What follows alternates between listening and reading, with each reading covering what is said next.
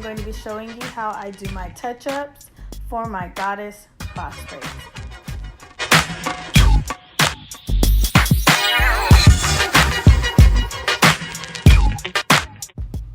So once I've taken down the braids that I want to replace, I just comb it out, oil my scalp, and re-add edge control to the section.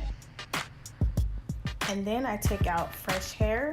I section off as much as I want for each braid. And then once it's feathered, I go ahead and split that piece in half, and I do the 3-strand method.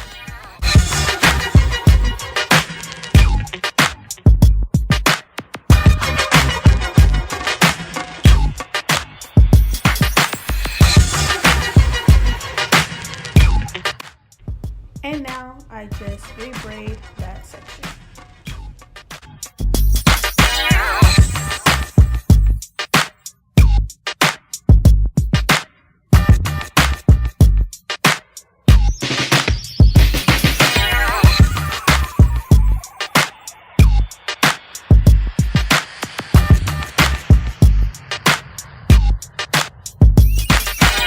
Now once I'm 3/4 of the way down, I am going to add my deep twist free tress hair in color 27.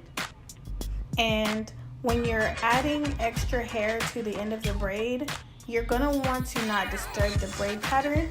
So put it behind the braid and then make sure you're twisting each strand around the free tress hair so that it's secure and won't slide off.